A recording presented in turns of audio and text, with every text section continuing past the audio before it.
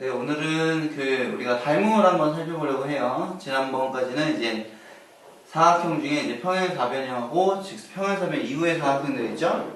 평행사변형, 직사각형, 정사각형, 마름모 얘네들에 대해서 같이 우리가 살펴봤는데, 오늘은 이제 닮음이라는 것에 대해서 한번 살펴보고 거기에 나타나는 용어들에 대해서 다시 한번 정리를 하고 문제 푸는 것까지 같이 한번 가보도록 할 거예요. 자, 닮음이라는 거 뭐냐, 여러분들이 알지 모를지 모르겠는데 미니어처라고 한번 들어봤어요? 이런 카메라 미니어처들, 큰 카메라가 있는데 그거를 축소해서 만든 걸 미니어처라고 그러죠. 특히 자동차 미니어처들 있어요. BMW 자동차들, 비싼 자동차들 있잖아. 그걸 이제 축소해서 만든 거, 이렇게 똑같은 비율로 다 줄인 거겠지. 차체도 줄이고 바퀴 모양도 줄이고 이런 것들을 닮았잖아, 둘이 모양, 그지? 확대하면 큰 차가 될 것 같고, 그죠? 큰 차를 축소하면 미니어처가 될 것 같죠? 이런 식으로 해서 어떤 도형을 확대하거나 축소를 해서 같아지는 도형이 있겠지. 그런 도형을 우리는 닮음이라고 얘기를 해요. 닮은 도형에서 우리가 삼각형을 좀 많이 예를 드는데 도형을 한번 그려볼게요.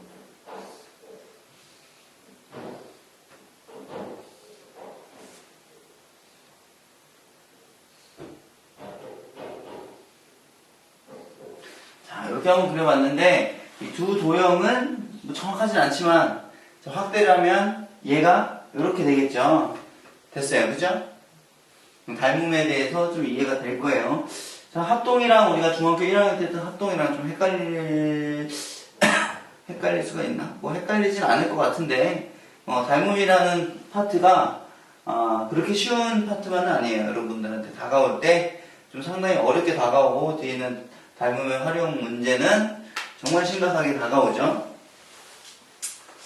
그래서 오늘 닮음의 기초부터 할 건데, 그 닮음의 기초 할 때부터 잘 우리가 설명을 듣고 정리를 시킨 다음에 그 다음에 문제로 가야지 되겠습니다. 일단 닮음이라고 하는 것은 다시 한번 얘기하자면 확대하거나 축소하거나 회전하거나 뒤집어서 완전히 포개어질 수 있는 그런 두 도형을 서로 닮음 도형이다 라고 하고, 기호는 어떻게 나타내냐, 이렇게 S자가 넘어진 모양, 자, 이런 모양으로 닮음의 기호를 나타내요. 우리 기호가 나왔으니까 기호를 한번 정리를 해볼게요. 자, 도형과 도형에서 삼각형 ABC하고 DEF라고 할게.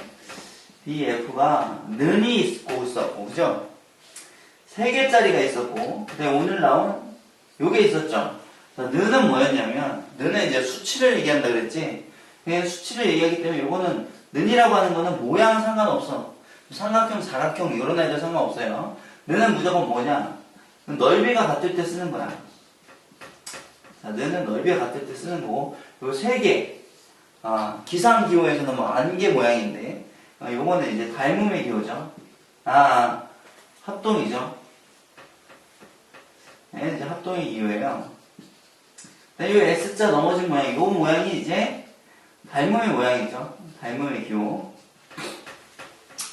됐어요? 그 합동하고 닮음은 똑같이 주의사항이 있었는데 뭐냐면 대응 점끼리 순서를 맞춰야 됐었어. 예를 들면 삼각형 A, B, C하고 D, F가 닮음이다, 닮음이거나 합동이다 라고 하면 요 A하고 D, B하고 E, C하고 F는 서로 대응 점이어야 된다는 거예요. 이해됐죠?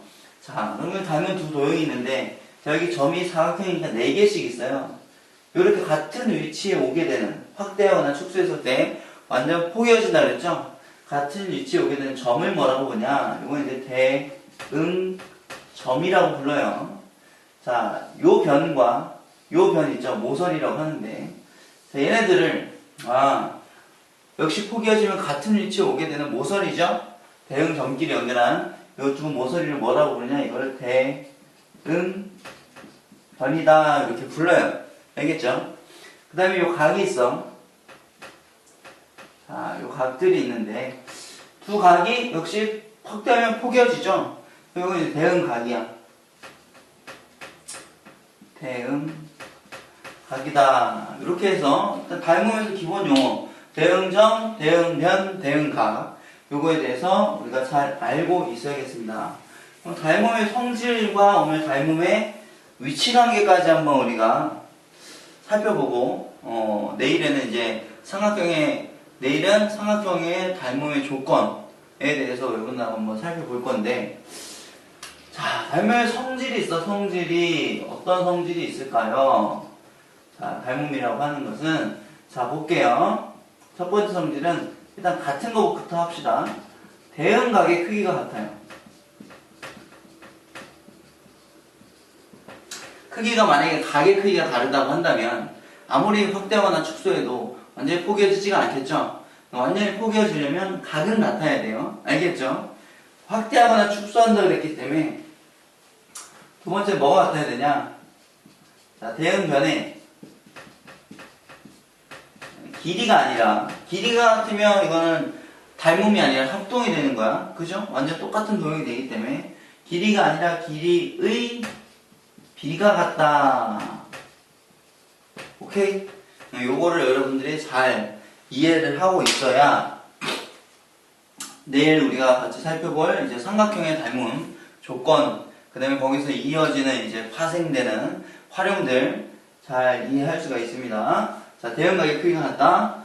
그 다음에 대응변의 길이의 비가 같다. 시험에는 한 문제 나오면 좀 쉽게 출제되는 거고 잘 출제되진 않아요. 기본적으로 여러분들 잘 숙지하고 있어야 여러분들이 시험을 보거나 앞으로 닮음에 대해서 공부를 하는데 부족함이 없이 잘 살펴볼 수가 있을 것 같아요.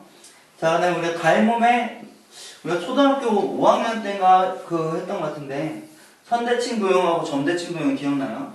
그때 우리가 어떤 두 도형이 어떤 선으로 기준을 해서 접었을 때 완전히 포개어졌을 때 우리는 뭐라고 부르냐면 그 도형이 선대칭 위치에 있다 이런 얘기를 했던 걸 기억나죠? 그 다음에 우리 닮음은 선대칭이 아니라 점대칭에 해당돼요. 닮음의 위치라고 하는 것은. 자, 그럼 어떤 두 도형이 닮음의 위치에 있어요. 닮음의 위치에 있는 도형을 어떻게 찾냐? 점대칭이라고 그랬죠. 대칭은 아니고 어떤 점에 대해서 그림을 한번 그려볼게요. 점대칭은 아니에요. 근데 그 점을 생각하면 돼, 점대칭에서의. 자, 어떤 두 삼각형이 있는데, 자, 이렇게 닮은 삼각형이라고 해봅시다. 네, 이렇게 있고, 이렇게 뒤집어져 있고, 그 다음에 요 안에 있고, 그 다음에 여기 이렇게 중간에 있고, 이렇게 있을 수 있죠, 그죠? 자, 그럼 한번 볼게요. 점대칭이 아니지. 자, 닮음의 위치에 있다라고 하는 것은 뭐냐면, 그 대응점이 있잖아요. 그죠? 대응점끼리 서로 연결을 했을 때, 한 점에서 만나면, 그것을 닮음의 위치에 있다라고 얘기를 하는 거야. 그럼 그런 애도 있어. 선생님, 그 연결하면 다 한 점에서 만나는 거 아니에요? 이렇게 얘기하는 애들이 있는데, 한 점에서 만나는 건 아니죠. 대표적인 닮음의 위치에 있는 게,